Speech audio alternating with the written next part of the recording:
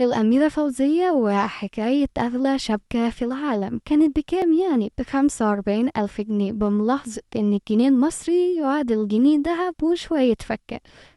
طيب، وكان عبارة عن ايه؟ التاج ده لوحده 2 كيلو، 2 كيلو.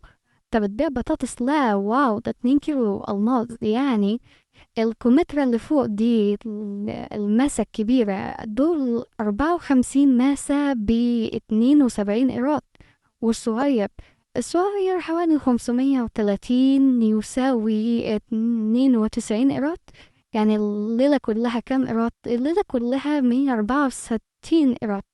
طيب، وال164 قيراط ال2 كيلو دول ايه؟ لا، ما هو الباقي كله بلاتين بقى عم الحاج، وكان بيجيب لها صداع من القر والحسد ومن تقل التاج. طب وبالنسبة للكوليه، الكوليه كان برين.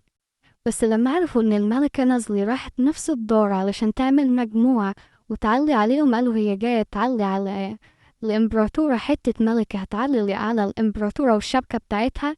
راحوا جايبين دور تالت، وهي ده اللي كانت لابسة في الفرح. فلما تلاقي صور الفرح 3 أدوار، تعرف إن هما كانوا بيعلوا على نازلي، مش شبكة. لكن الشبكة الحقيقية دورين بس.